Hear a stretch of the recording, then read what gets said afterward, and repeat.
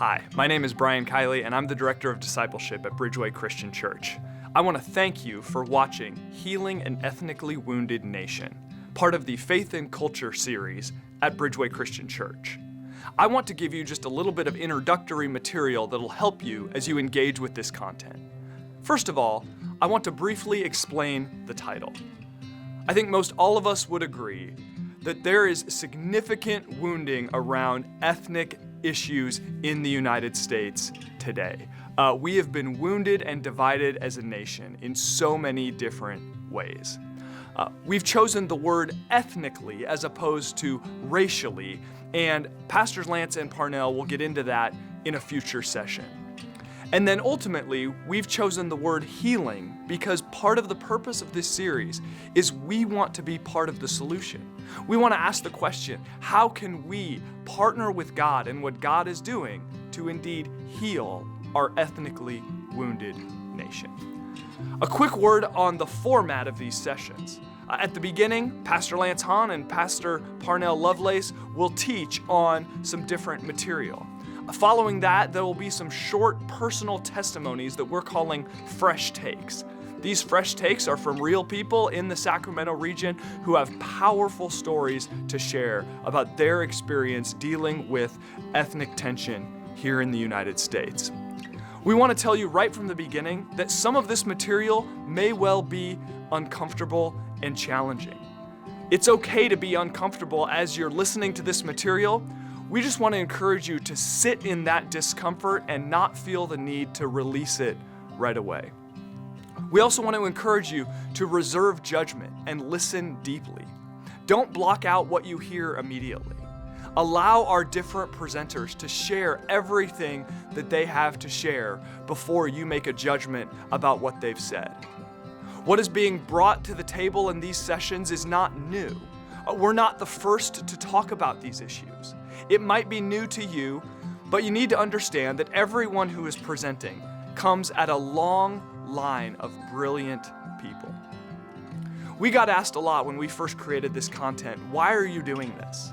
And the reason why we're doing it is that we believe the church should speak about oppression, because advocating for the oppressed is so close to the heart of God.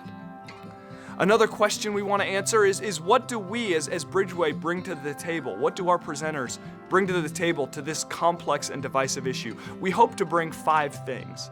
Number 1, we hope to bring some fresh perspective. Number 2, we hope to bring clear articulation of the issues involved. Number 3, we hope to present you with the research of trusted voices. Number 4, we want to give you a concise presentation of complex material. Yes, these sessions are somewhat lengthy, but we've tried to take complex information and put it in as concise a form as possible. And then ultimately, we hope, number 5, to break this down into understandable concepts. A couple last things to tell you before we get into the teaching is it's really important that you understand that this is not political. There is no way to talk about these issues without touching on topics that are talked about in the political realm today. But we have to be clear that the purpose is to address societal harm and to bring the truth and love of Christ into a bad situation. Our presenters are not presenting from a politically partisan perspective, and we want to encourage you to not allow your own political or politically partisan beliefs to interfere with your ability to listen to the material. Now, some last information for those of you who are processing this material with a group of people. We want to encourage you to not only listen to the presenters, but listen to the people that you're processing this material with. Don't be in a debating posture. Rather, be in a listening and learning posture. We hope that what is presented will stir up fruitful conversation in the groups that you're in, and we hope that it leads to some concrete action. But we just want to set a few simple ground rules that we really recommend to be able to guard the conversations you have and make sure that they are productive. Number 1, listen respectfully without interrupting. Number 2, make sure you're not dominating conversation. Many of us have strong opinions about these issues, but we want to encourage you to keep your comments concise. Number 3, be committed to learning and not simply finding debatable issues. This is not about debating, it's about learning and growing together. And number 4, lean into the discomfort. Growth comes from discomfort. So when you feel uncomfortable, don't seek to alleviate it right away. Rather, we want to encourage you to ask the question, what might God be saying to you in the midst of your discomfort? We hope that you enjoy this content, and we thank you once again for engaging with this series, Healing an Ethnically Wounded Nation.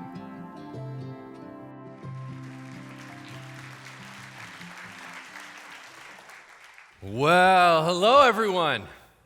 Good to see you. We have a lot of material to go through with you. It is very important that Bishop and Pastor Parnell Lovelace is standing here along with me, that we can do this in conjunction with one another.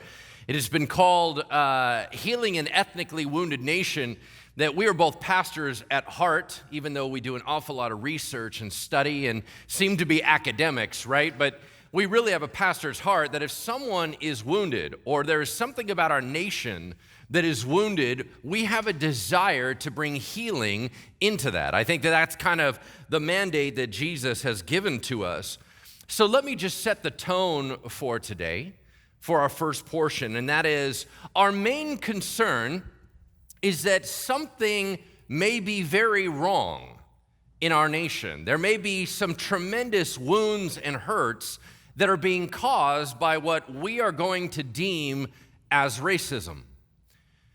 If racism is the concern, then why don't we just jump in and start defining that? We are actually going to begin with history. You all know me, I'm a big guy about context, right? Everything's about context. Got to get the history, got to get the background so that today makes sense. So for us, racism needs history in order to understand. One of the first things that we're trying to address is that for many of you, you hear the idea where we're going to talk about slavery. And then you would say, really? We're going there again. It's not like I haven't heard that a million times. Why can't we just move on? Unfortunately, there has been kind of a spirit throughout the last couple hundred years of let's just move on. There is a problem with moving on when in fact not everyone is clear about what has occurred and the trauma continues to happen. It's one thing to say, all right, we can sort it out. You can apologize for what occurred. I can receive that healing and we can move forward. If no one is addressing it fully and completely, and if it's still happening, then it's very difficult to move on. Are you really moving on if it's still occurring? You see, slavery ended a long time ago. The ramifications are still going on today. So the main theme that we're going to be launching off with is looking at history through one lens. One lens primarily. We're going to hear from others, and you're going to find out that racism touches pretty much everybody, right? You're going to find out that personal racism actually impacts every single person in this room. Prejudice, bias, things like that. But what you're also going to learn is that only minority groups can suffer from systemic racism, right? So what we're going to do is we're going to look at history through the lens of one particular people group, and that would be African Americans. What you are about to walk into is African American history, kind of in an hour or less, right? So we're going to go really, really fast. And so we want to begin with a bit of history before America came to be. And the way we're going to do this is that I will be sharing some of the facts and stories. I will then hand over to my partner right here, and he will tell you what's really going on, all right? So he can correct whatever I say that is wrong, or he can add his own thoughts in there. But I want to begin back with this thought. Slavery has always existed throughout the history of the world in every culture all over the place, and it has not always been the same. What you're going to hear about American history, or specifically the Atlantic slave passageway trade that led to America, that led to American slavery of African Americans, that is very unique. You may say, oh, I know all about that in the ancient world. Oh, I know all about that. You see, slave comes from Slav, and that was from this people group, and oh, Egyptians did this, and this happened on the continent of Africa. You are correct. People have always dominated and always hurt other people. What we want to narrow down to is, how did it get here? And how did it turn out the way it turned out? All right, so let's say this. In 1492, right? Everybody knows this is kind of a little Christopher Columbus era, right? Hey! And we actually have Columbus Day, which of course we're not going to get into. 1492, the Portuguese negotiate the first slave trade agreement, and what launches ultimately is the Atlantic slave trade. Initially, it is all through the Caribbean, through the West Indies, and into South America. Here are the statistics. It is estimated that 10 to 15 million African males were captured by slave traders for the Atlantic slave trade between the years of 1500 and 1860. Most of those, an estimated, 95% ended up going to South America. A huge amount went to South America. Only 5% got over here. But here is a sobering statistic. It is estimated that 40 to 50% of those stolen off the continent died before ever arriving at their destination. It was the capture, it was the initial treatment, it was the travel, it was the seasoning of the slave, which meant beating and torturing in order to make them comply. By the time they arrived at their destination, they began to have babies when they began to bring over women, and the infant mortality rate was 50%.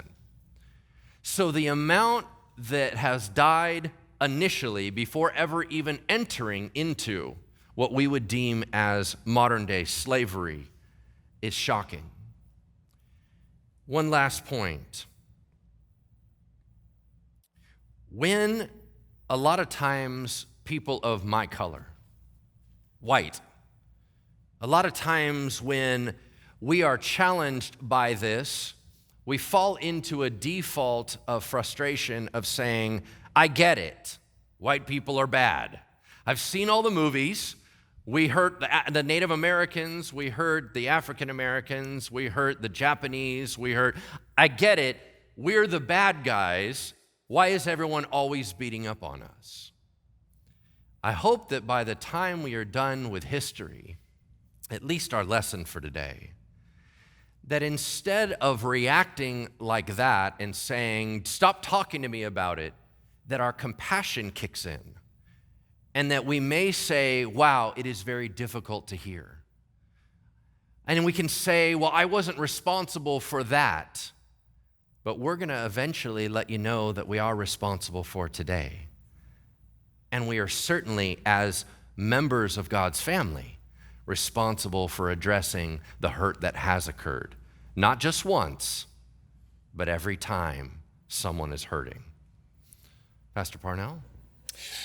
Thanks, Pastor Lance. I want to say that this is an awesome event, an opportunity for us to discuss these matters.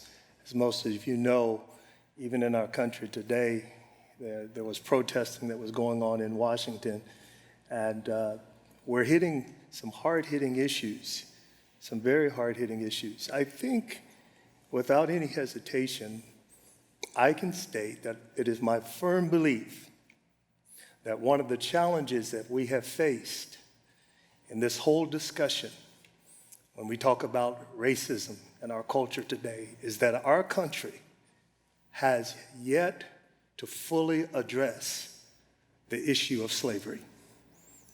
We have not fully acknowledged and addressed what can be considered one of the most horrendous, evil institutions to take place on this soil. I believe that the conversation has to go, as Pastor has alluded to, it has to go to discussing the issue of slavery. It is not something that can be merely looked at as, well, that was then, this is now. It was then, and it's still now. It's just a different form, different presentation, but many of the same effects, and as has been stated, the trauma is still present. I've shared before, many of you have heard me share this, I am the great-grandson of slaves. My great-grandmother and great-grandfather, both paternal and maternal, were born in slavery. They were set free as children, but they were born in slavery. My grandfather, some of you are trying to calculate that. How can that be? Because in our minds, we think it's so far back. But my paternal grandfather died in 1982 at the age of 112. And my father is buried next to his grandmother, who was a slave. So it is closer to us than we think. So it really is important that we address this key issue because there are still elements of trauma that impact all of us. But in particular, it is what African American people live with every single day. It's what they experience. Now, some deal with it better than others. We'll talk about that later on. There are some that are able to work through that more than others. It's not monolithic. They don't all just think the same way. But we are all traumatized by the effects of, again, I believe, singly, the presentation of slavery within our nation, impacted sociologically, but also, as I'll share later on, even physiologically. There is a very real trauma that presents itself. Let me share one quick thought as we go further into this. Dr. Joy DeGruy has written a book called Post-Traumatic Slave Syndrome. Post-Traumatic Slave Syndrome. 6 years of research this woman has done. She lives in this region. I've had an opportunity to sit with her and spend quite a bit of time with her. And one of the conversations that we had, in a conversation we had in Tulsa, Oklahoma, we were talking about why is it that when we speak about the African American experience in regards to the injustices that have taken place, that it seems to be a lot of pushback that is very different than many of the other cultures that have also experienced traumatization because of injustice towards them.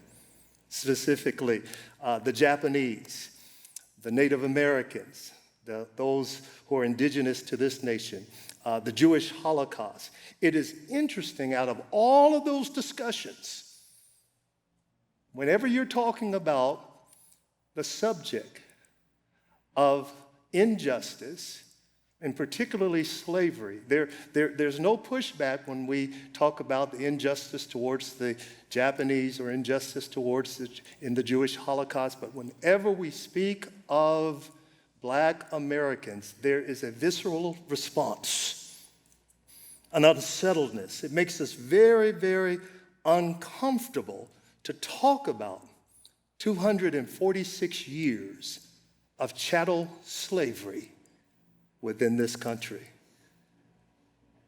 And all of us are affected. Blacks and whites are not only affected, but as my friend Dr. DeGruy would say, we're affected and infected. We're all impacted by it. So we have to talk about this subject when we speak of traumatization. Yeah, so how did it really get here, right? If it starts and it goes a lot towards South America, how did it get here? So here is the story. In 1619, That is the year before the Mayflower arrives, right? So if we're going to think about pilgrims early on, this is the year before that. In 1619, the first official African slaves come to America. Now, on paper, African indentured servants arrived in the American colonies, but the exact same year, 20 Africans were stowed away on a Dutch ship, forcibly settled as involuntary laborers, stolen from the country of Angola.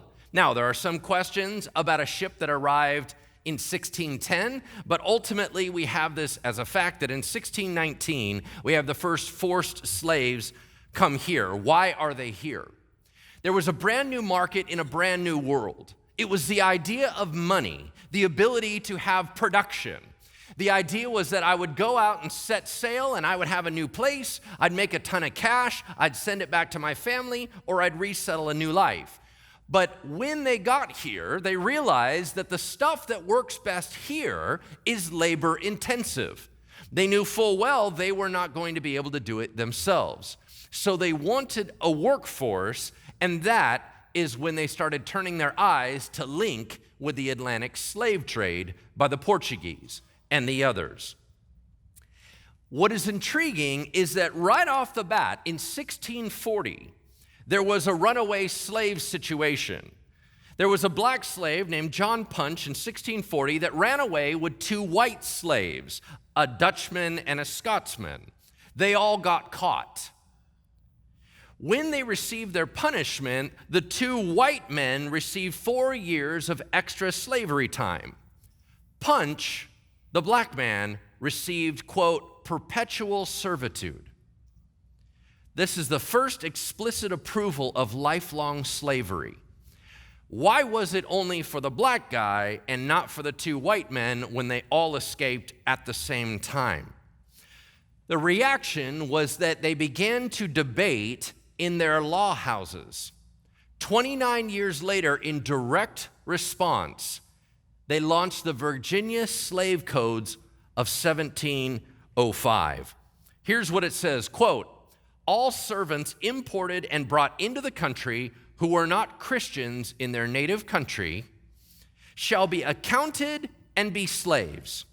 All Negro, mulatto, and Indian slaves within this dominion shall be held to be real estate. If any slave resists his master, correcting such a slave, and shall happen to be killed in such correction, the master shall be free of all punishment, if any accident should ever happen. So right off the bat, you have a code that says that you're allowed to treat your slave any way you want with impunity. No one can bust you even if you kill them. But it went on.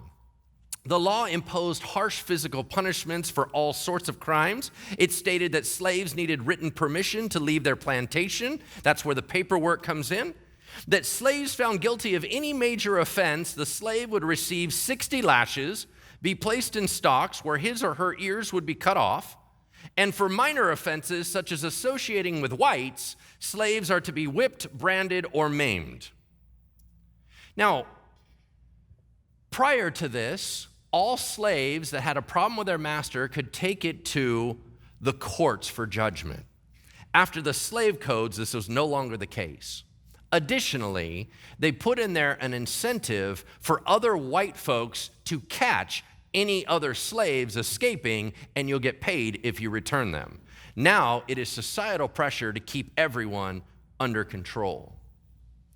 In addition, science didn't help.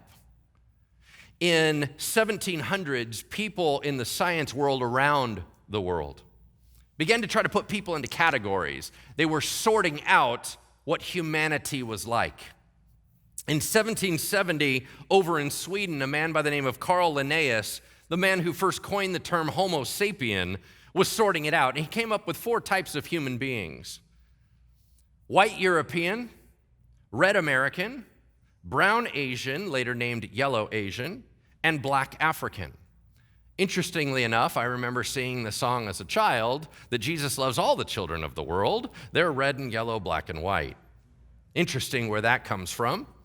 In the early 1880s, Johann Friedrich Blumenbach in Germany, the father of anthropology, first termed the name Caucasian, named for the Caucasus Mountains. He told everyone, because it was in the book that he read, that the people of the Caucasus Mountains were the most beautiful in the entire world. So he separated people groups and called them races by the size and shape of their skull. He ordered them in terms of beauty, and of course his group was the most beautiful. He came up with 5 races of people, citing that white was the best, and every other race, he was a monogenous, so he believed everyone came from the same race, but all other colors and ethnicities are degenerations. They're all problems. If you cleaned them up, they would ultimately come back to being white. His 5 categories are Caucasian, and this is important, that is labeled as European, North African, meaning Egyptian, Northern Indian, and Russian. Second group, Ethiopian, the black race, including sub-Saharan Africans. Number 3, the red race, or the Americans, including Native Americans. Number 4 is Asian, which is Mongolian, or the yellow race, including East Asians and Central Asians. And the category of Malayan, which is the brown race, including Southeast Asian and Pacific Islanders. This was the science of the time, which I'm going to get to in a moment. But in the mid-1800s, a man named Samuel Morton, who's the father of American modern physical anthropology, was measuring skulls and was convinced that the bigger the skull, the bigger the brain, the smarter you are. Now, we all know that the bigger the body, the bigger the skull, the bigger the brain. But that's all right. He had been convinced that indeed, as a polygenist, he believed 2 races were created, that God created 2 races. There was the master race, and there was the sub-race, one to control, one to be controlled, that God created them both at the same time. Because of his work, it lasted all the way through in modern science through the Nazi regime, where the Nazis took it to its ultimate conclusion. By the time he died in 1851, the Charleston Medical Journal wrote, while praising his accomplishments, quote, "Morton gave the Negro his true position as an inferior race." From the 1940s and the 1960s, the textbooks all told us there was actually 3 races. We went from 5 to 4 to 3. In 1960s, your textbook told you there was 3 races that emerged out of evolution. They were Caucasoid, Mongoloid, and Negroid. In the year 2000, the Human Genome Project said all of that is garbage. All human beings are 99.9% identical. Any difference is a surface, slight genetic alteration that can be done over time in a relatively short amount of time. That deep down, all human beings are exactly the same. But unfortunately, the damage was done. Before we dive into the slavery era, sir, what do you have to say on that? You can hear from what Pastor just shared with us, the reality for many of the people who propagated slavery was how to dehumanize people. And if they can be dehumanized, then the action, the horrific action of enslaving millions of people in their minds could be justified. If these individuals could not be looked at as human, then in essence, there is what we call cognitive dissonance. If we can remove the dissonance and in essence see them as being animals or primates, not human, then in essence, then we can justify our behavior. It's fascinating, some of the people that pastors mentioned. There are others. For instance, James Madison, one of the Constitution framers. He was the contemporary of Thomas Jefferson, who, by the way, Thomas Jefferson, as you know, coined the term all people are created, all men, rather, are equal. In essence, what he was saying, all white men are created equal, versus the abolitionist Alexander Hamilton, who fought vehemently against the institution of slavery. It's fascinating to note that Madison, he himself had slaves, owned slaves, and gave instruction upon his death that those slaves were to be released. They were to be set free. It did not happen. Records show that it did not take place. And it seems to be, from all indication, those who have studied his life, that it pointed back to what Pastor shared earlier, economics. Follow the money. The economics, it was to, in essence, free the slaves, would ruin his family financially. Pastor shared a moment ago, Carl von Linnaeus, considered again to be one of the fathers of anthropology. Listen to the breakdown of how he categorized the particulars, the morals and the particulars of the peculiarities of mankind. Listen to these terms. Homo americaeus, reddish, choleric, speaking of the Native Americans, content, obstinate, regulated by custom. Then the Homo europaeus, white, fickle, blue-eyed, gentle, and governed by laws. Then the Homo asiaticus, those are the Asians, sallow, grave, dignified, ruled by opinions. And then the Homo afer, those would be the Africans, African descent, black, cunning, lazy, lustful, careless, and governed by caprice. The idea here is dehumanize, take away any of the human qualities. Again, cognitive dissonance. And then you can do what you do and not have a soul. So I repeat, Declaration of Independence.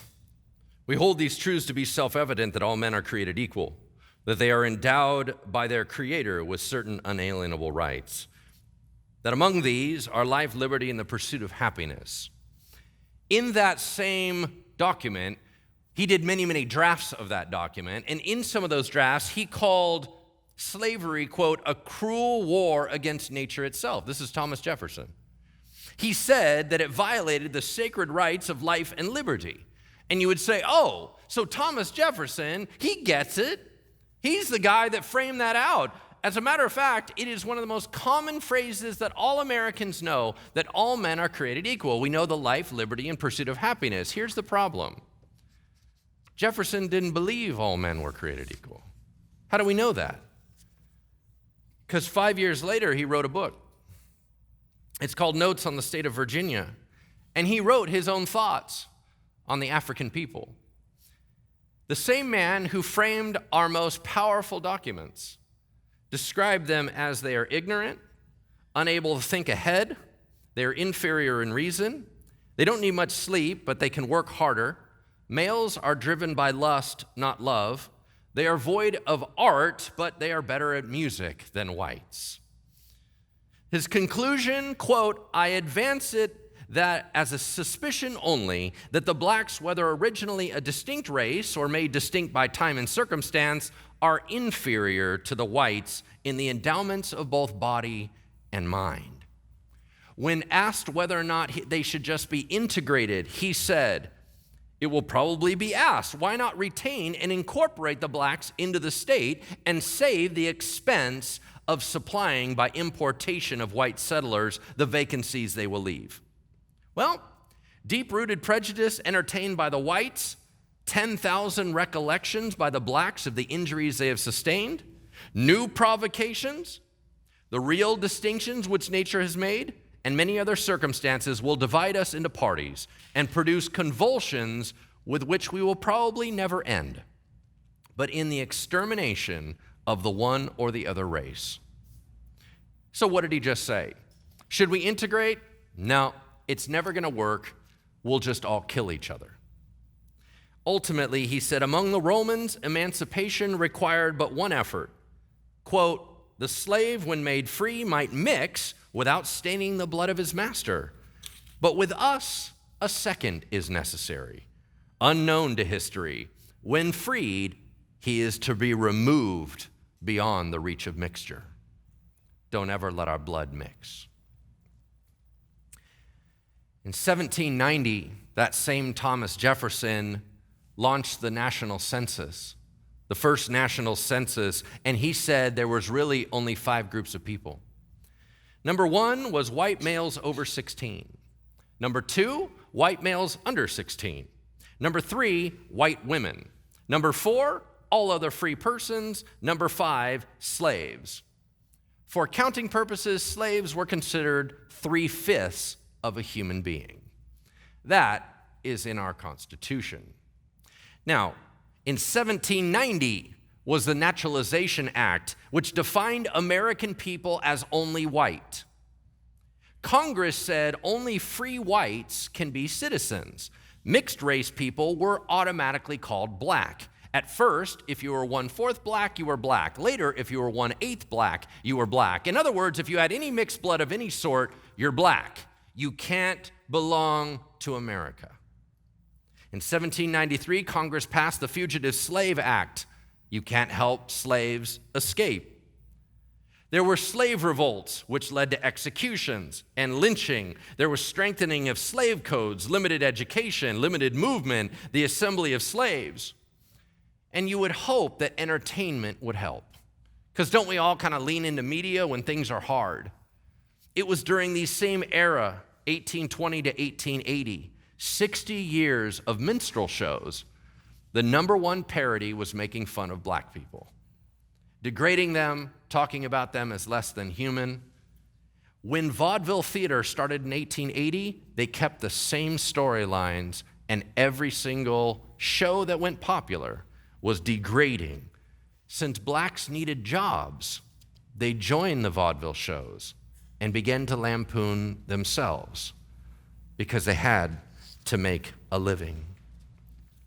You see, in 1850 was the Dred Scott case. The Supreme Court ruled that slaves are not citizens of the U.S., therefore they cannot sue for their freedom.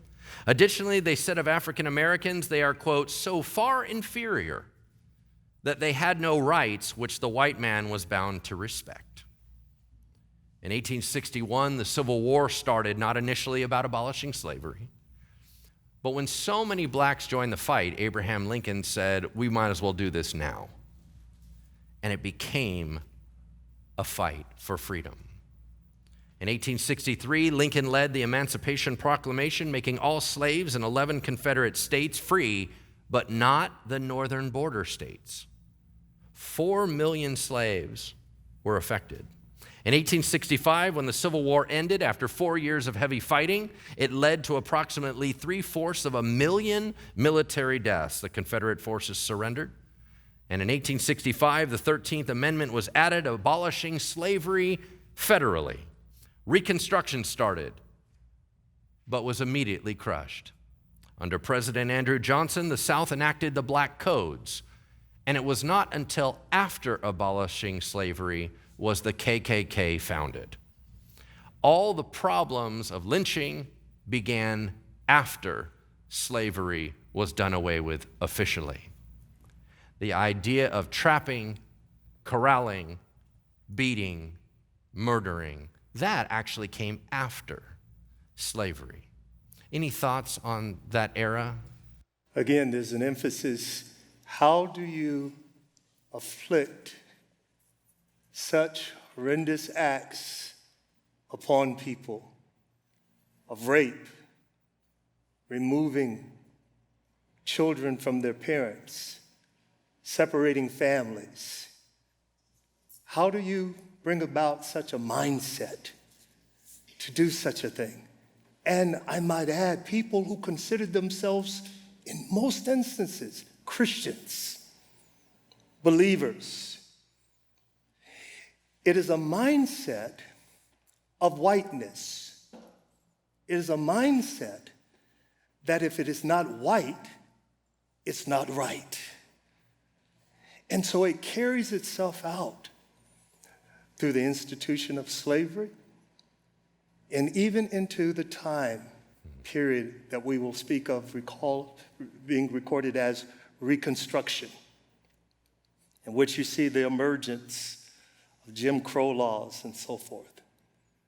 What's fascinating, not long ago, just a few months ago, I was sitting in the office with Pastor Brian and Pastor Lance. I think Miss Heidi was with us as well. We were having our SLT meeting. It was June 19th. And I said, we are celebrating June 19th. And they said, what is June 19th? I said, that is a period of time in which many African Americans set to celebrate the news that we had been set free from slavery. But what is often overlooked is that news got out that the slaves had been set free, but not everybody heard the news.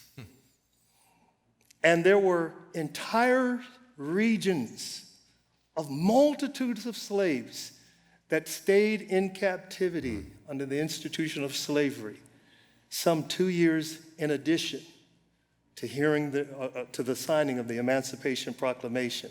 In fact, it was the Union General Gordon Granger who landed at Galveston, Texas, with the news that the Civil War had ended and that blacks were now free. Prior to this, the Union military presence stated that they lacked the ability to enforce the Emancipation Proclamation.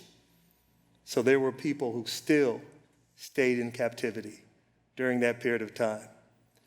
So, contrary to popular opinion, President Abraham Lincoln did not really, quote unquote, set the slaves free. For you see, it was not in his mind to set black folks free. It was a negotiation tool relative to the war, and to be quite honest, the economics. Again, follow the money. That was not really his biggest concern, was setting black folks free.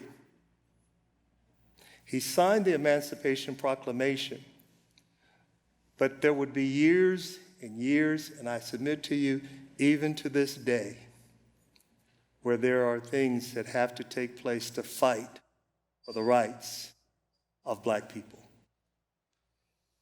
We don't have, obviously, time to be able to go through all the situation within the slavery era, so if we're going to jump into the issue of Jim Crow, this is where you start seeing segregation. You start seeing separate everything. Yes, we will no longer cage you, however, we will make your life very difficult, and we want you to be nowhere near us. That's kind of the goal. Do you realize that 1952, anybody remember 1952? It wasn't that long ago. 1952 was the first year out of 71 years of keeping track that no official lynchings occurred. Now, we're not talking about accidental lynchings. We're not talking about behind the barn things. We're talking about official, recorded. 1952, first year that no lynchings occurred. So in 1896 to 1954 was the Jim Crow law era. Lynching was commonly used between 1886 and 1900. More than 2,500 lynchings occurred. In the first year of 1900, more than 100 black people were lynched that year. By World War I, 1914, an additional 1,100 were lynched. These are all post-slavery. Segregation laws continued to control freed blacks. Separate schools, separate trains, separate depots, separate hotels, separate theaters, separate restaurants, separate barbershops. In 1906, the Naturalization Act was passed, established by Congress. All immigrants that want to come to America have to argue for citizenship before a federal court. The rule was this: you have to be white and you have to speak English. No one else is allowed to become a citizen of the United States. Now, blacks that were born here were given the right, but you can't come and join us if you're any other minority. Now, 2 individual court cases were very telling. Number 1, an Indian man named Bhagat Singh Thind from India moves to America, doesn't become a citizen yet, goes to grad school at Berkeley, joins the U.S. Army, ends up fighting in World War I, applies for citizenship in 1918. He was granted citizenship and revoked 4 days later. Why? Because he wasn't white enough. His skin was too dark. So it goes to the Supreme Court. While they're waiting, Takeo Ozawa goes to court to argue his citizenship, a Japanese man. He's been in the U.S. his entire adult life. He was English speaking. He said, I will deny everything about me that is Japanese. I will deny my language. I will deny my government. I will deny any heritage and any history and any culture. I will do anything required. And he began to argue, look at my skin. I'm white, because he was very pale. The U.S. Supreme Court says, nope, you are denied citizenship because you're not Caucasian. You're white looking, but you are not technically Caucasian. Well, during this time, the Indian man saw what happened in the Supreme Court, so he shifted his argument. He said, all right, you guys, I get what you're trying to say. Let me play your game, right? Here's the deal. I get it. I'm darker, but you know what? Here's the funny thing. I'm Caucasian. They're like, what do you mean you're Caucasian? He's like, my ancestors are from the Caucasus Mountains. I am northern India. I am, by definition of your science, Caucasian. And then he said something very sad. He said, in my country, where I come from, we have a caste system. I am upper caste. I am high. I look down on all my other Indian brothers and sisters in other castes, just like you do the Negro. So I should be allowed to be elite just like you. They denied him. Why? Because his skin was too dark.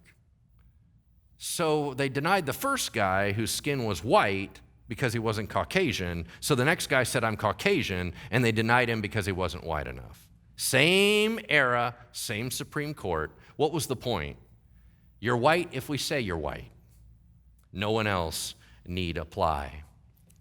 If you remember in media, in the early films, 1903, the first full-length feature film was what? Uncle Tom's Cabin, 12 minutes. Unfortunately, it was followed in 1915 by Birth of a Nation.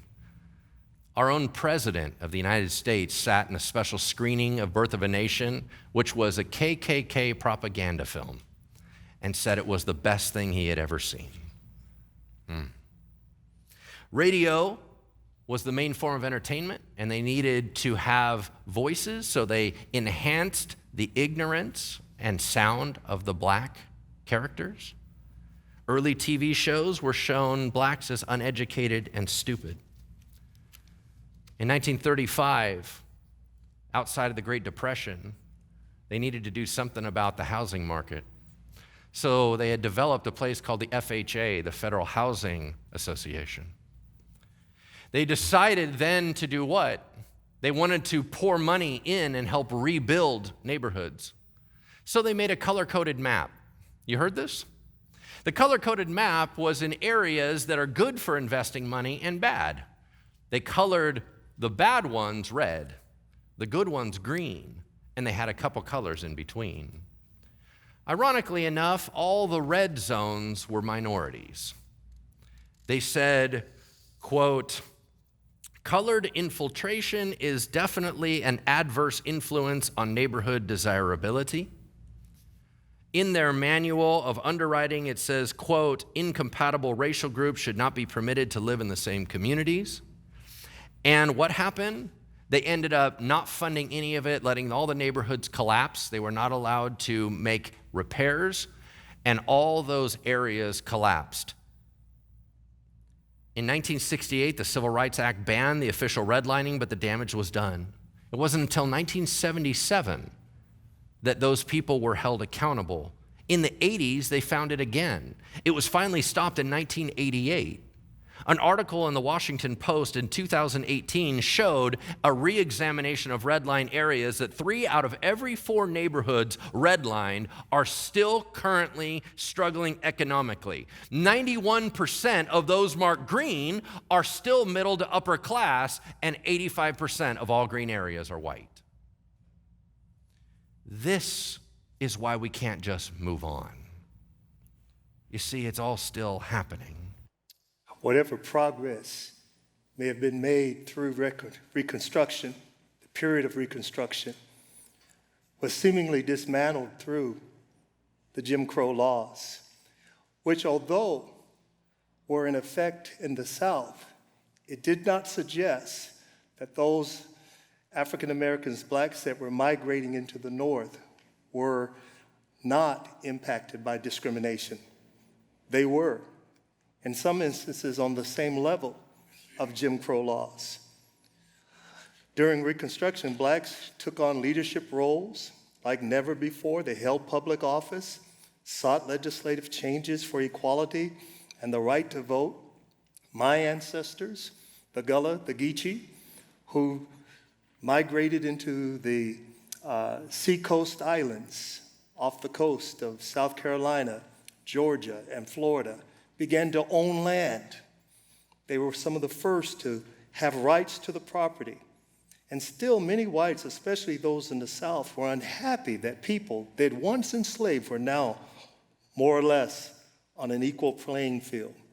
To marginalize blacks, to keep them separate from whites, and to erase the progress that had been made during Reconstruction, these Jim Crow laws were established in the South beginning in the 19th century. Blacks couldn't use the same public facilities as whites, live in many of the same towns, or go to the same schools. Interracial marriage was illegal, and most blacks couldn't vote because they were unable to pass the voter literacy tests. Jim Crow laws were adopted in the northern states, however, on a much simpler basis. They were not as overt and presented as I stated, within the South. Moreover, Southern segregation gained ground in 1896 when the U.S. Supreme Court declared in Plessy versus Ferguson that facilities for blacks and whites could be separate but equal. World War II moved us into an era in which most blacks were of low-wage farmers, factory workers, domestic help, or servants. By the early 1940s, war-related work was booming, but most blacks weren't given the better-paying jobs. They were also discouraged from joining the military. After thousands of blacks threatened to march on Washington to demand equal employment rights, President Franklin Delano Roosevelt issued Executive Order 8802 on June 25, 1941. It opened national defense jobs and other government jobs to all Americans, regardless of their race, their creed, their color, or their national origin. Black men and women served heroically in World War II despite suffering segregation and discrimination during their deployment. Yet many met with prejudice and scorn upon returning home. This was a stark contrast to why America had entered the war to begin with, to defend freedom and democracy for the world. This would lead to the presentation of what is known as the Civil Rights Movement. And it is the Civil Rights Movement that served as a catalyst for the struggle of social justice as presented in our nation. I mean, we got to get real close to where we are now. We're going to wrap this thing up, but real close. In 1968, MLK was assassinated. You have to remember how close this was to what is today. Civil Rights Bill was in 1964. Watts riots were in 1965. MLK assassinated in 68. Civil Rights Act was finally affirmed in 68. And in 1969, the Supreme Court ruled that racial segregation in schools had to end, unfortunately, 15 years after Brown and the Board of Education, but it had to be demanded again in 1971. They were still segregating schools in 1971. I was born in 1971. So if we're going to talk about segregation, that's my lifetime. if you continue to follow it, and we don't have time to do all that, what I want to do is kind of close out with some thoughts about what it all means. You would go, pastors, I hear you. That is super sad. But here's the deal. If we're going to heal an ethnically wounded nation, do y'all understand why we called it ethnically wounded? It's not racially wounded. Why? There's no such thing as race. That's a made-up thing. But if we're to heal an ethnically wounded nation, you have to know why there's hurting. You have to understand the wounding. My main goal for this first evening was to demonstrate America's attitude historically towards the African American population.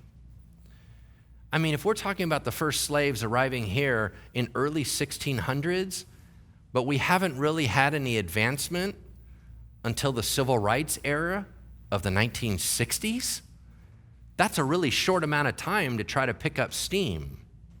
And even then, we've had some challenges. I want to go back to where Pastor Parnell first started, and that's the idea of generational trauma. I think all of us can relate to the fact that our families have histories of difficulties.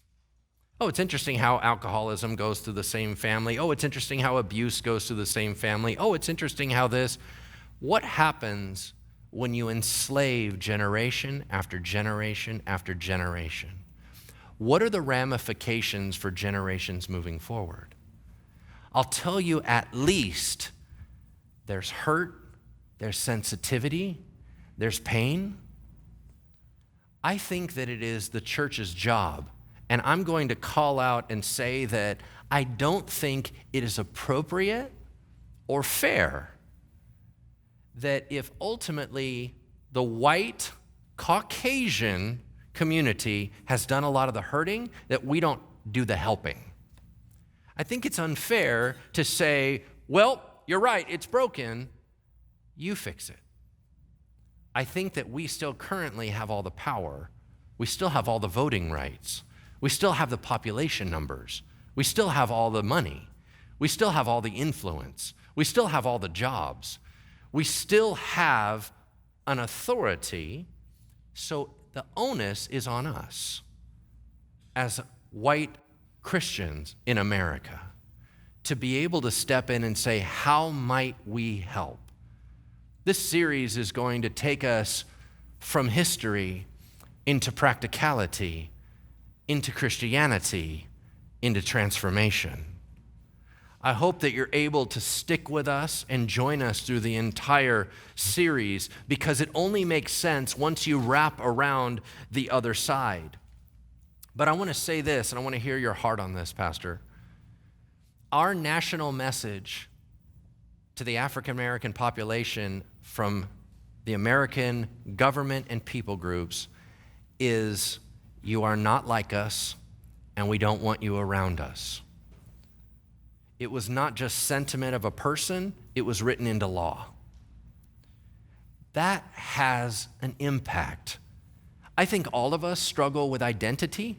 I think all of us struggle to feel wanted. I think all of us struggle to say, do I matter? But only a few of us in this room have ever had a dominant group tell us, no, you do not. What does that do to the hearts of the people that we love so desperately? We're going to talk about how to begin to turn that around. But wow, the hurt is real. Pastor? I'm just glad that we're tackling the hard stuff, because we can talk about all of the little platitudes and the things that we say and have a good kumbaya session, or we can get down to the real heart of the matter. You see, as Pastor has shared, and I didn't allude to, I stated it, I'm still traumatized. My son is traumatized. My wife is traumatized. There are certain cues, certain words, certain things that are said and done, even in the church, that remind me of the pain. I know what people are saying, and we say, and we're not wanting to be political, but I can't handle the term "make America great again" because it's never been great for me. There's no connection to that. There's no connection to a great America for me, for my house. But I believe with these types of conversations and a heart that's open to the Spirit of the Lord, the Holy Spirit, He will bring healing and hope to us. And as for me and this house and those we impact, we will serve the Lord. We're about to step off and have one of our guest speakers come up and share a kind of a 10-minute talk for you. But I do want to make it real practical on something because Pastor just brought it up. When we say certain things, we are not aware of all the ramifications and implications. In this church, I have said this phrase. Man, you know what my favorite era is? Anybody remember this? I said it a lot. My favorite era is the 50s. I love the 50s. You know why? Because I love the style, I love the music, I loved a bunch of things that it stood for. You know what I didn't remember? Was 1952 was the first year that there was no lynchings. You see, to me, I look backwards and I can talk about golden times, but that's because I'm white and I'm male. I can look backwards and I can hearken back with joy. But for a large group of people, going backwards anywhere is very scary, and it triggers something. And it's hard to always say in your mind, oh, but I know what they meant. Because sometimes it just hurts. The same thing happened when Black Lives Matter came out. And they said, after hundreds of years of the slaughter of black people, we need to say as a nation that Black lives matter. And what was our response? All lives matter. You missed it. That was a cry for help and a cry of pain. And you put it into a debate and said, oh, everybody matters. No one ever argued that white people don't matter. Laws were never made to say that we don't matter, that white people don't matter. But laws were put in place that say black people don't matter. So when you hear popular phrases being said, please look a little bit deeper as to what is intended without having an automatic response of, oh, you're coming at me like that. I didn't do anything. We don't need to be defensive. We need to be helpful. And we need to be offensive. Because I'm going to tell you this. I didn't need the Human Genome Project to tell me that we're all in this boat together. I didn't need anyone other than my Jesus Christ to tell me that everybody matters. Here's my goal. I would love to make America what we wish America was. I would love to help make America everything that we're holding in our minds as a dream.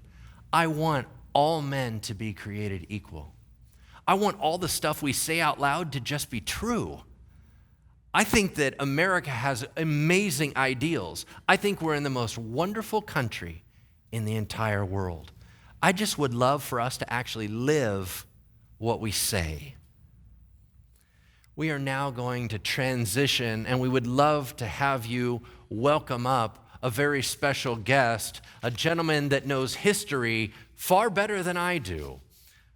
A guest to us, Mr. Larry Lee. Would you welcome him up?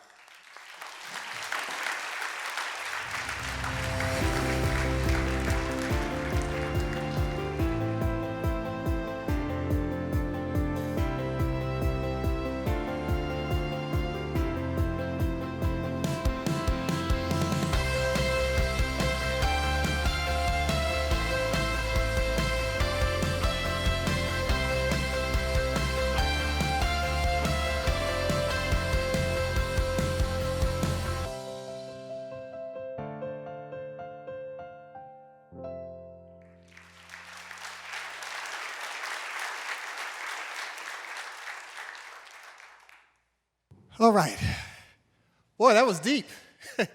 My name is Larry Lee. I am very happy to be invited here this evening, humbled, to be honest. I want to really tip my hat off to Pastor Lance and Bishop Lovelace for inviting me here and for putting this on. And you all need to be commended and congratulated as well, too. I think that anytime that we're talking about really healing an ethnically challenged community and nation, it's incumbent upon this kind of conversation to happen outside of our normal community.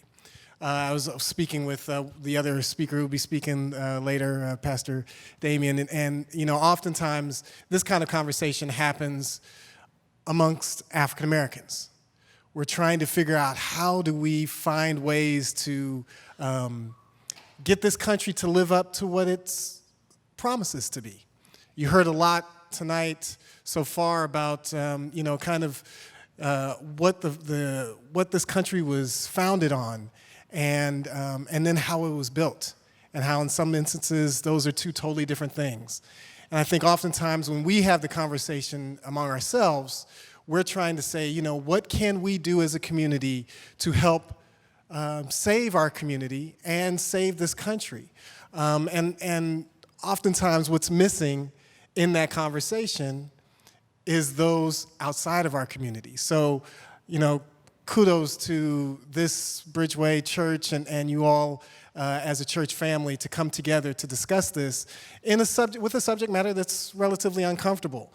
We've been talking for decades. I am 45, so I'm a little younger, but old enough to know that, for over a century, one of the things that has plagued this country, W.E.B. Du Bois said it, that the challenge for the 20th century for this country is the racial line. I remember President Clinton initiated an effort with John Hope Franklin to have a discussion about race in this country. I think that if you listen to the history that we've talked that was outlined before you so eloquently about the history and challenges of this country, what we see is that coming out of slavery, going through Jim Crow, going through segregation, that what this country really never had was kind of an open session of therapy. I am no sociologist, I'm no psychologist, I'm a humble second-generation newspaper publisher, but I know that one of the challenges that we've had is that we can't find a way to have this communication with each other. So I'm, again, thankful for being invited, and I think it's tremendous that your church is doing this. In context of who I am and what I do, as I mentioned, I am what's called a second-generation newspaper publisher of the Sacramento Observer newspaper. If you have heard of the Sacramento Observer, raise your hand. If you haven't, that's fine. We are this region's African-American newspaper of record. We've been publishing since November of 1962. We focus primarily on the African-American community. So each and every week, and we're a weekly newspaper in the era of challenged newspaper industry, every week we publish stories that focus on the totality of our community through the lens of what's called the Black press. In a historical context, what is the Black press? So, again, you heard a lot about what was going on, particularly at the turn of the beginning of the 1800s, 1900s, et cetera.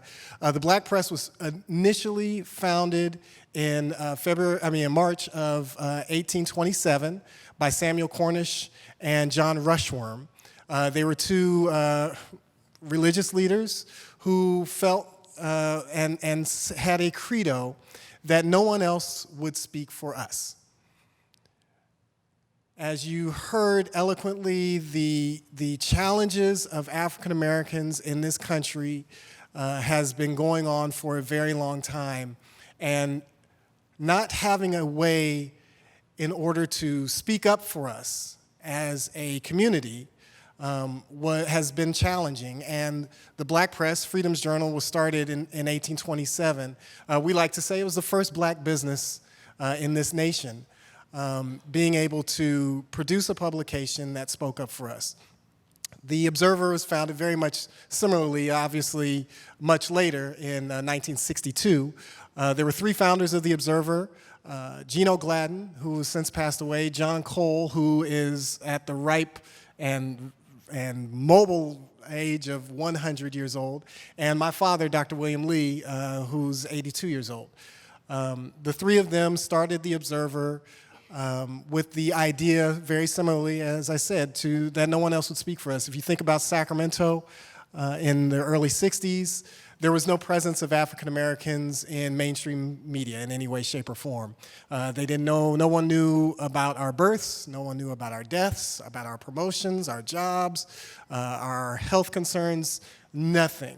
And in fact, the story goes that someone in the founding group tried to get a story, I think, to the Sacramento Union or the Sacramento Bee. Neither one wanted to publish it, so they said, well, the heck with you guys, we'll just start our own newspaper.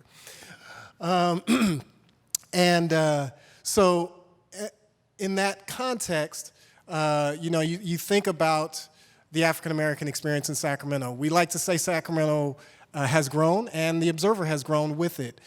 During that time, there was about 20,000 African Americans in the early 60s.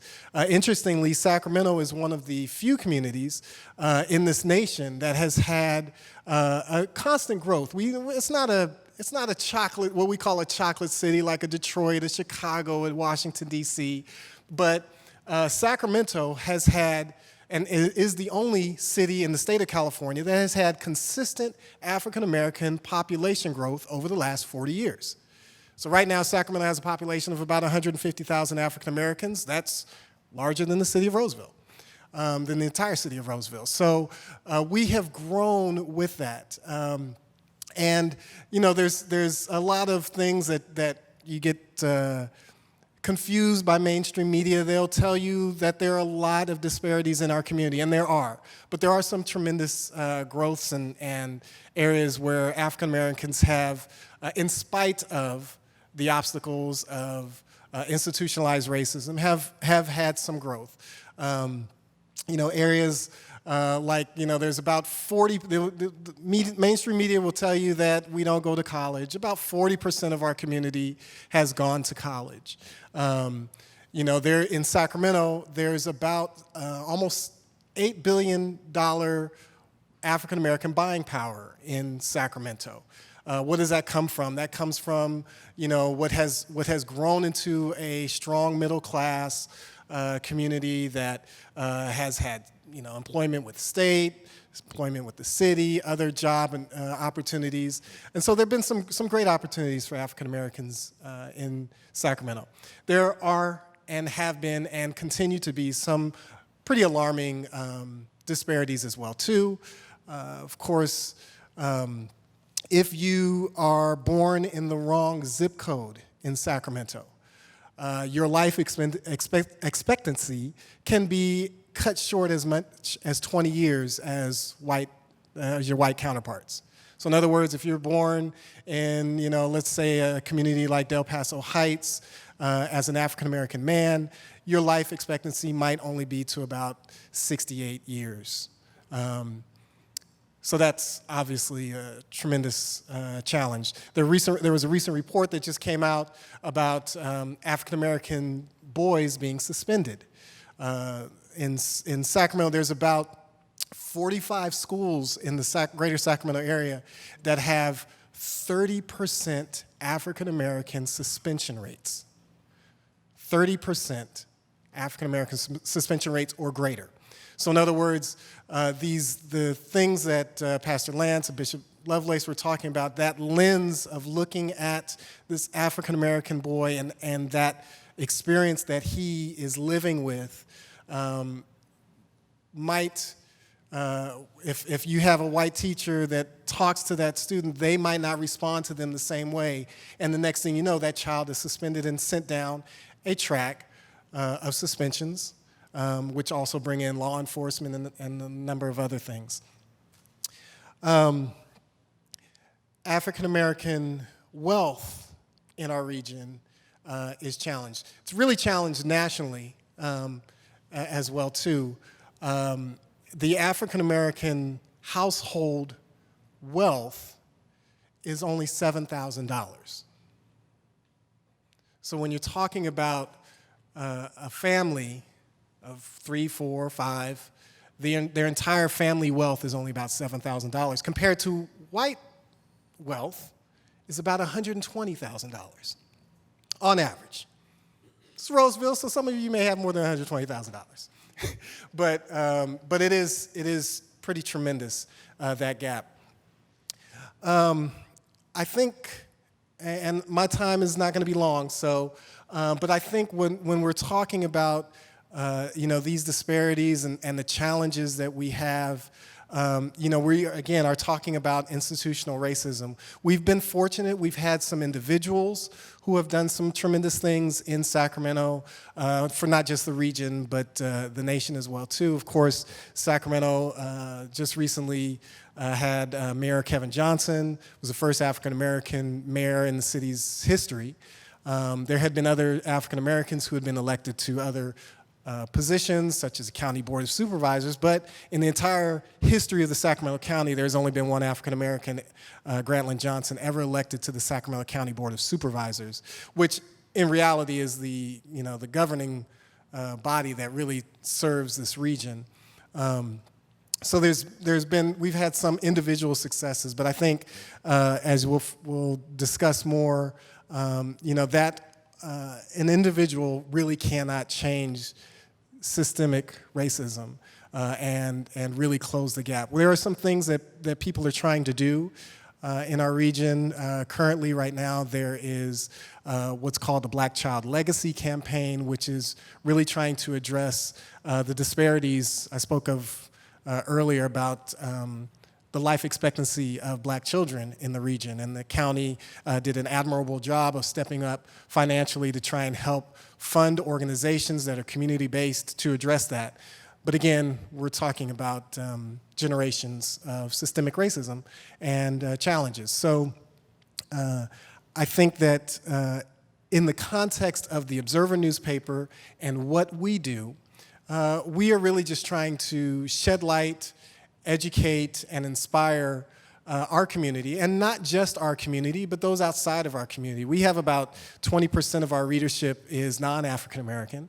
Obviously in this era of digital media and digital age, you get a lot of people outside of our community who get wind of different stories that we produce. And it is a blessing.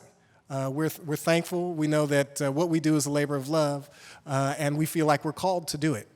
So we're excited about it, even though that the gaps are what they are and the challenges are what they are. But I think that as we continue to push that, the challenge is, and the discussion is there still a need for what we call the black press? Is there a need for the black newspapers in this country? And we say, emphatically yes, because so many times the story might sound one way, and as Bishop Lovelace or others, Pastor Lance mentioned, some of these things we hear, they mean different things to us. When you hear states' rights, we get concerned about what that really means, because we know the federal government really needs to have accountability for what goes on in this country, and so we get worried about different things. So there are different things that we hear that we try to shed light and educate not only our community, but the community at large. With that, again, I will thank you all for your time. Thank you for your openness to having this discussion, and I'm very thankful to be here. God bless you all.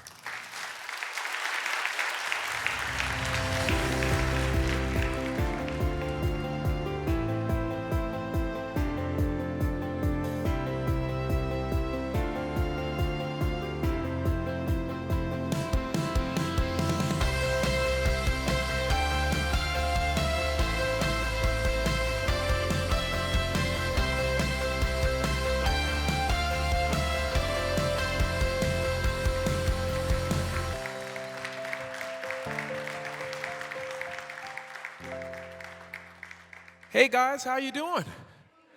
Yeah, you guys been kind of quiet. Must be a difficult topic or something. So, I'm really honored to be here with you tonight, and this night for me is somewhat historic.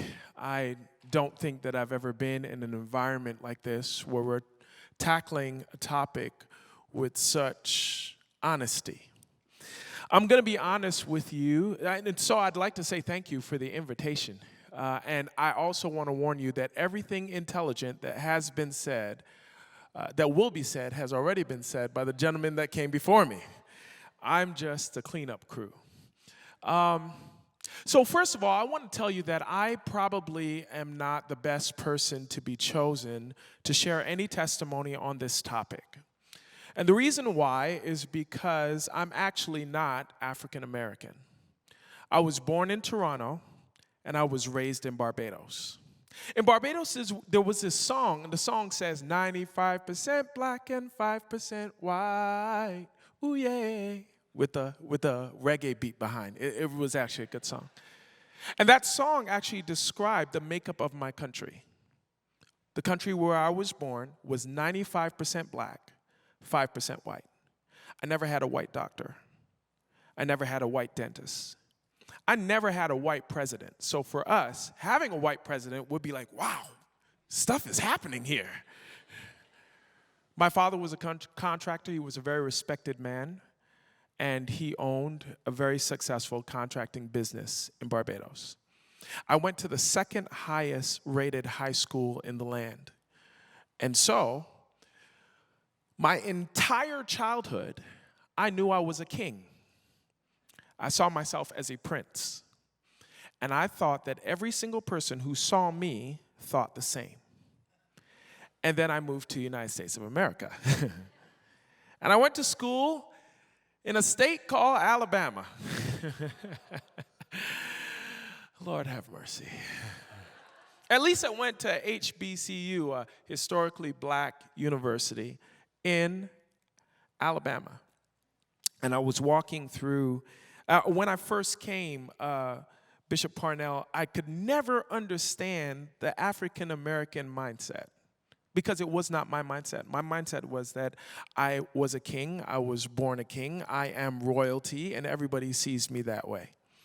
So when incidents would be shared with me, even by my friends, I would be the guy who was sitting at the table like, but there's another way to see that. She did not mean it that way.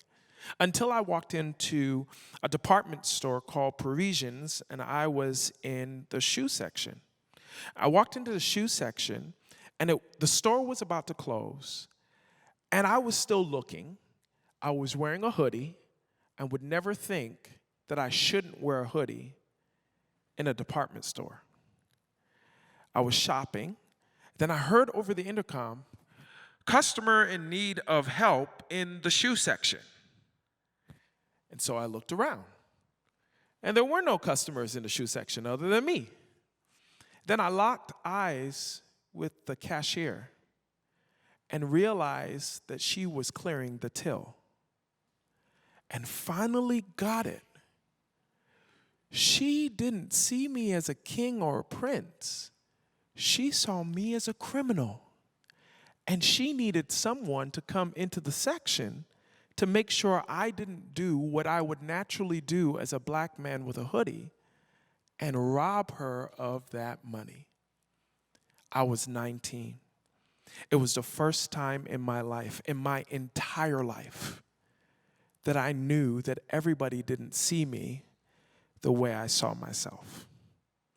And so now I'm moving from a Caribbean black guy who was a prince to someone who had to fight to tell people that I was a prince and a king. Let's fast forward. I went through many incidents that were similar to those. I went to a church event, and this white lady walked up to me, and she says, "Welcome, you must be a guest." And I said, yeah, this is my first time here, but I'm not a guest. I'm actually a pastor. She looked at me in the face, and she said, "You must be a pastor of one of those black churches." And she walked off and left me there. Fast forward a little bit further, now I'm a father. My son was born in this country. And my son never had the privilege that I have of growing up in a country with 95% black and 5% white. Ooh, yeah. By the time I leave, you're going to know that song. And my son was sitting in the back seat of our car. We were on our way to Manteca because my son is the most amazing soccer player you will ever meet. Very intelligent young man. We were pulled over because Daddy was doing 75 and a 70, and I probably shouldn't have got pulled over. I was probably doing more like 80 anyways. When the cop pulled me over, I saw my son in the back seat freeze. And he said to me, he said, "Daddy, are you going to make it home alive?" My son is 7 years old. And in that moment, I realized that my son was born with a mentality that mine wasn't. My son wasn't born into an environment where he feels like a king or a prince. My son was born into an environment where he has to prove every single day that he is not a criminal. I went to his teacher's thing that they had, parents meet the teachers. My son is one. I walked in, and the teacher walked up to me. She greeted me, and she quickly moved on to my son's behavior. If you've ever met my son is the most gentle boy that you'll ever meet. She told me, she looked at him while I was standing right next to him. She says, "Salem, or have you been behaving yourself?" And Salem said, I have. "Really, Salem? Have you been behaving yourself? Are you going to tell your parents what you do?" And Salem said, "No, I think I've been behaving myself. Have I not been behaving myself?" She says, "Salem, isn't it true that you talk to so-and-so every single day in the class?" And I stepped in front of my son. And I told her, "You're not going to talk to my son that way. Especially when my son is one letter grade away from being a straight A student. He's not your thug." I have members of my church. One of my kids in my church is a straight A student. He's never gotten anything less than an A at any point in his life. He's 14. His parents go to a meeting at the school. The teacher meets him at the door. And listen to what the teacher says. "Oh, this guy is an amazing basketball player. He's really going to do something. He should go professional." And I thought to myself, if he was a white kid, would you have said that he should be a surgeon or a neurosurgeon or a heart surgeon or a lawyer? I mean, this kid has never gotten anything less than an A. But he's a basketball player.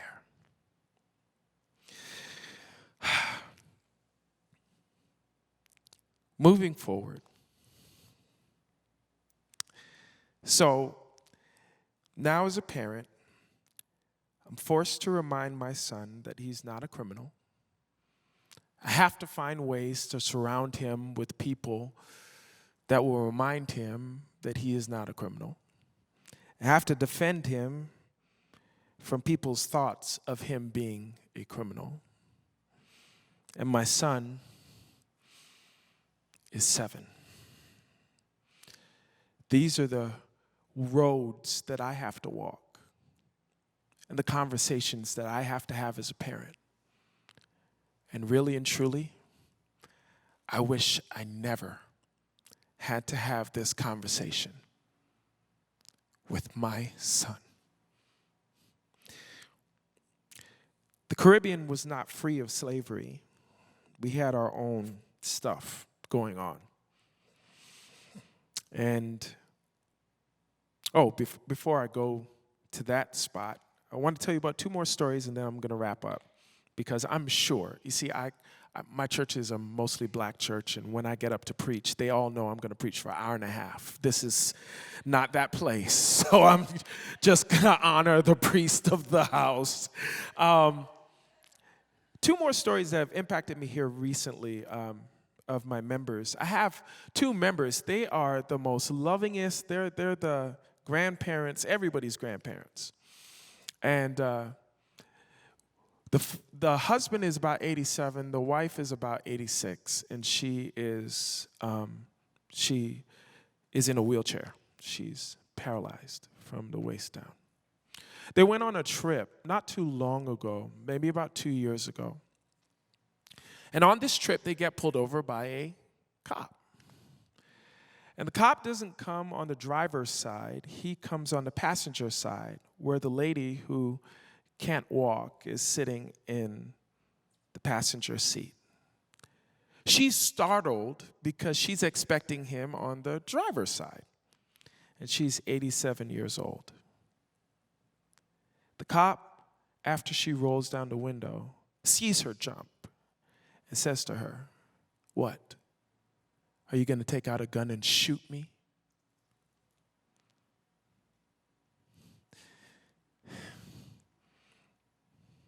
I'm a pastor. I'm a Christian. I love Jesus. But that's my member's mother. She can't walk. Why in the name of Jesus would that be the first thing that you say? I finish with this. These chairs are about 10 feet apart, and they're about 4 feet from the edge of the stage. It's very, very significant for me because I had an opportunity to go back to the Caribbean on a visit. I went to the island of St. Thomas, and right off of St. Thomas, there is this island called St. John's. There's a tour on St. John's of a slave plantation, and I had never had a chance to go to a slave plantation, so I took the tour. You sit in the bus, and it climbs up this hill, and the guy's talking, blah, blah, blah. A lot of mosquitoes, so make sure you bring some off spray and spray it all over yourself. We get up to the top. We get to the slave plantation. He walks us around. He shows us the cabins. Myself and my wife are the only black people on this tour of a slave plantation. The other people with us are just walking ahead like they're in Disney World. La, la, la, la, la, slave plantation. How exciting. And all of a sudden, something just hits me. I am walking on streets where my forefathers bled and died.